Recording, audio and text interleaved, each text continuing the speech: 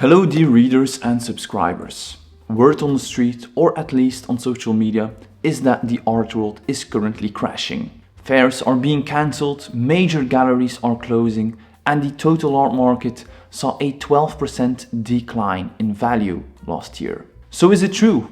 Is the art market truly crashing? In this video we'll recite those key events causing all the consternation and commotion, and we'll put them into the right perspective, as well as a brief discussion of the art market report, which is a true catalyst for this rather negative narrative concerning the art market. So let's have a closer look.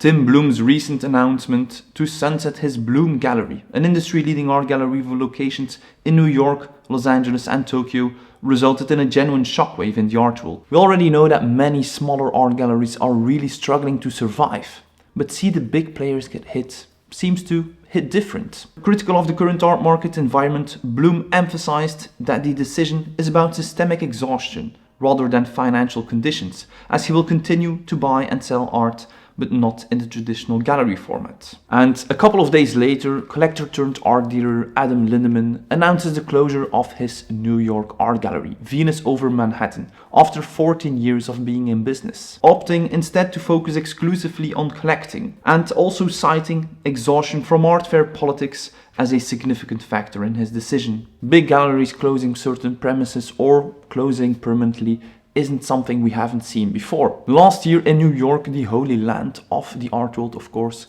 we saw notable galleries closing their doors, including Marlborough Gallery, Hyman Reed and Delhi Gallery, ending their operations following the closures of JTT Gallery, Queer Thoughts and Denny Gallery the year prior. One could even argue that 2024 was a lot worse in terms of gallery closures in comparison with 2025, at least so far. Yet those recent closures seem to cause a lot more commotion than the closures in 2024. So what's going on here? Galleries open and close all the time. Why is this ongoing narrative of art world fatigue and a stuttering market achieving new heights in 2025? An important catalyst is also the most recent art market report by Art Basel and UBS, which saw a 12% decline in the total market. This annual report, directed by Dr. Claire McAndrew, founder of Arts Economics, maps the current state of the global art market by collecting all available auction data, which is for the secondary market, and also a yearly survey for art dealers and galleries for the primary market, accompanied by additional data from art fairs and NFTs. In this context, it's also very important to notice that it's very difficult to track the entire art world, especially when it comes to that primary market. When it comes to the results for the auction houses, we can simply bring all the auction results of the past year together and have a decent set of numbers, whereas for the primary market, which is marked by a more private nature of doing business, then it's a lot more challenging, if not impossible.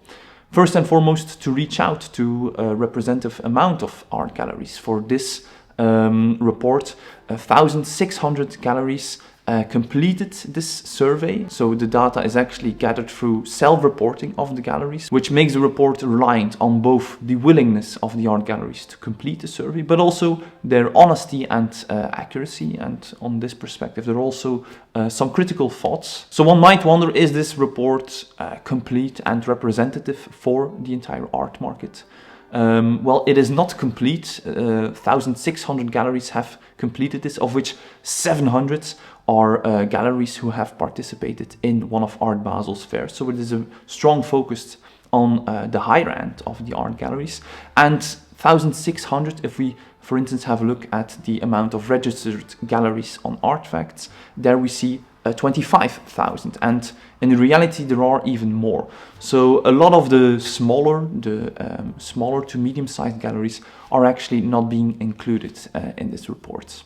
However, as the survey uses the same approach year in, year out, the trends of this art market are relevant and are arguably as good as it gets. So hats off, of course, to everyone who was involved in assembling this report. Now, this report is being cited across all main media channels, and this year also very much on social media.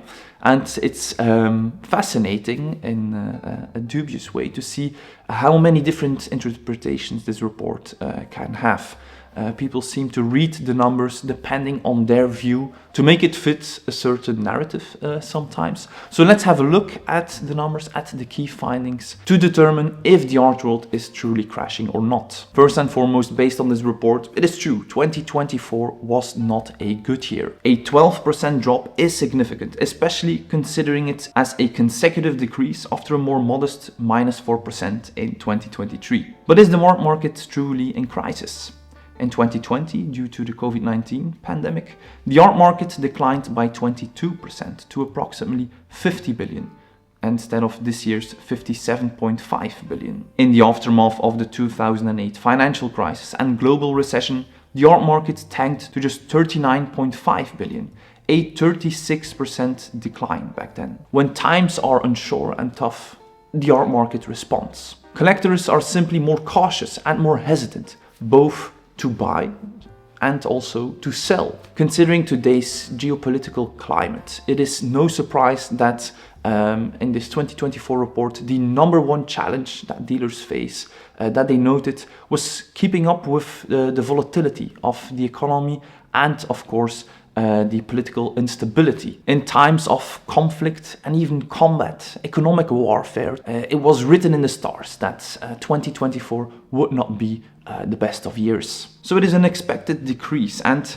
when comparing the current 12% decrease to the aforementioned 22% and 36%, words like crash and crisis seem a bit harsh. Both in total value and in terms of the percentages, 2022 to 2024 are very comparable to the market in 2014 to 2016. And in hindsight, we would never call those years an art market crash. So perhaps a more nuanced and sober look at this report is advised, rather than using it to fuel market uncertainty. Yet, despite the comforting bigger picture that the art market is not in a very steep decline, it also reveals a more worrying trend. The market is not growing. It hasn't been growing for 20 years now. There is no clear upward trend in total market value, where there is a clear trend in other luxury industries. A conclusion that deserves further discussion, perhaps in a future video on another occasion. So, the market has dropped, but who takes the blows? In a nutshell, the highest end of the market takes the biggest blows, whereas on the lower end, we do see some positive signs. Despite the 12% decrease, there is a 3% increase in the amount of transactions. However, this number in itself is not very significant. 3% is just a small increase, and it actually illustrates that despite a slightly higher amount of transactions, the value is a lot lower. So this means that a lot of ground is lost, especially at the higher end of the transactions. So this number is not necessarily a good thing, I would say. To understand all of this better, it's important to have a closer look at first the secondary market with the auction houses, and then we're going to have a look at the art galleries, those who are closing, which consists of the primary market. So when it comes to the auction houses, here we saw that the market really plummeted.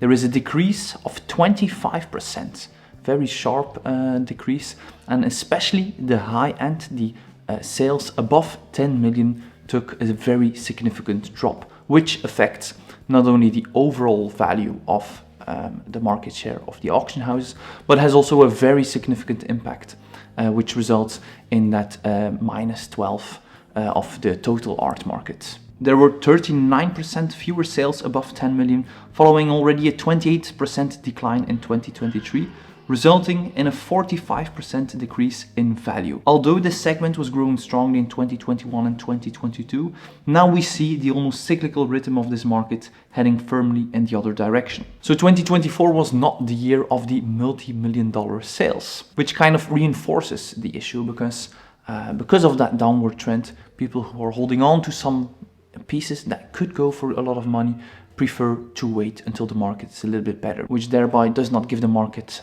a chance to recover or to change the direction of this kind of pendulum swing in the secondary market. To conclude, sales below $5,000 saw both an increase in value and volume of 7% and 13% respectively, whereas the secondary market kind of leads a life of its own, as these transactions go from collector to collector, in which the auction house acts as the intermediary. The primary market includes a lot more actors of the art world. Not only the collectors as well, but also the art galleries, the art fairs, and of course the artists themselves, making it arguably more important and relevant to have a closer look at this segment of the market to answer the question if the art world is really crashing or not. The total value of the primary market, based on the data from the surveyed galleries for this report, is estimated at $34 billion.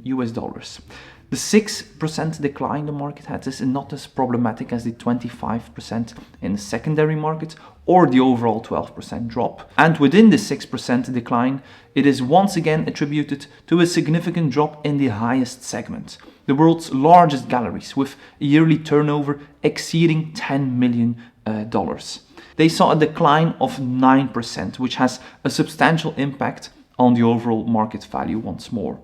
At the other end of the primary market, smaller galleries with a turnover of less than $250,000 experienced a 17% increase in value, following an 11% increase in 2023. So one might wonder here, are these the same collectors, but the big buyers are simply buying for a bit less or go to smaller galleries? Or are the big spenders on a hiatus as they are in the auction world?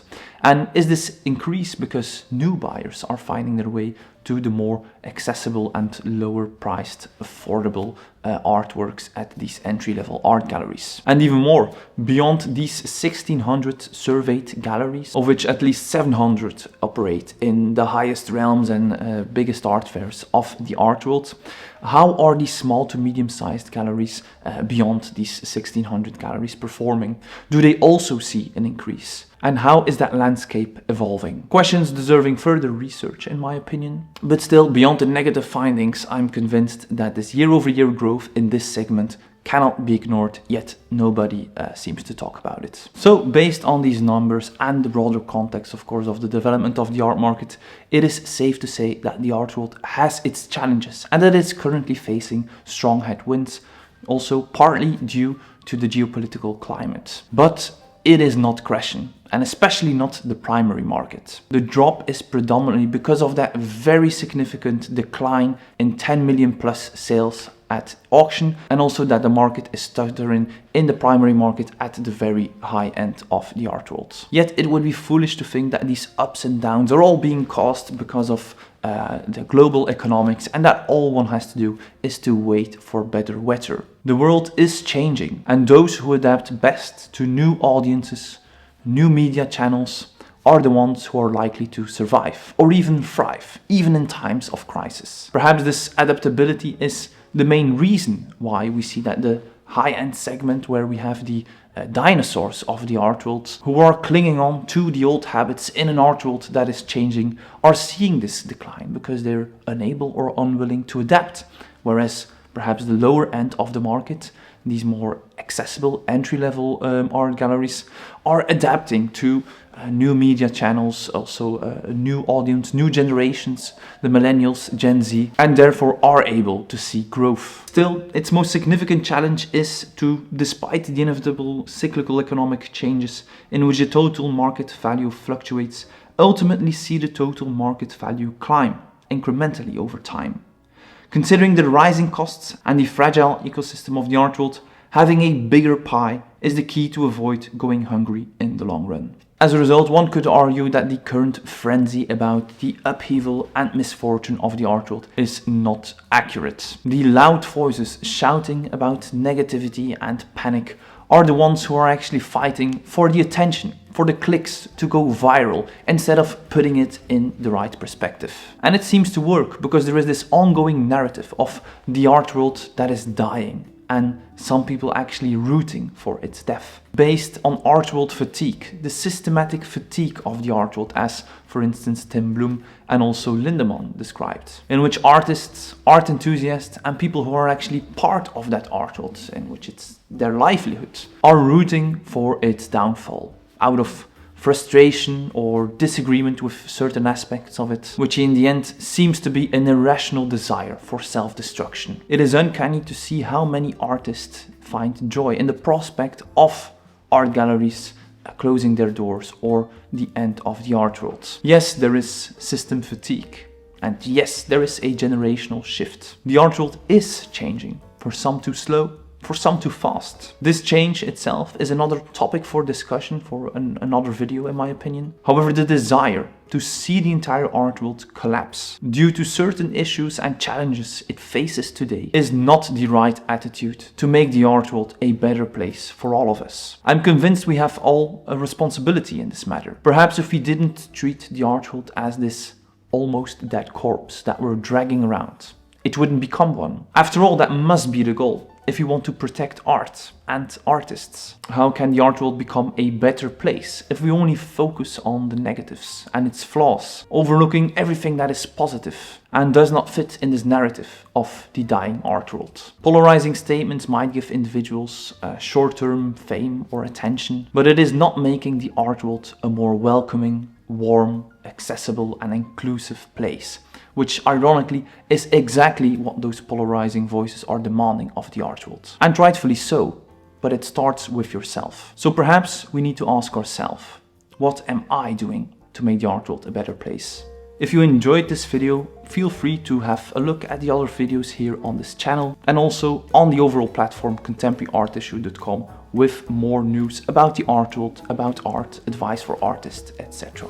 Thank you so much for tuning in today. Feel free to watch our video on our top 20 most famous living painters today next. Support us on Patreon and please consider subscribing to stay posted for more contemporary art. Bye.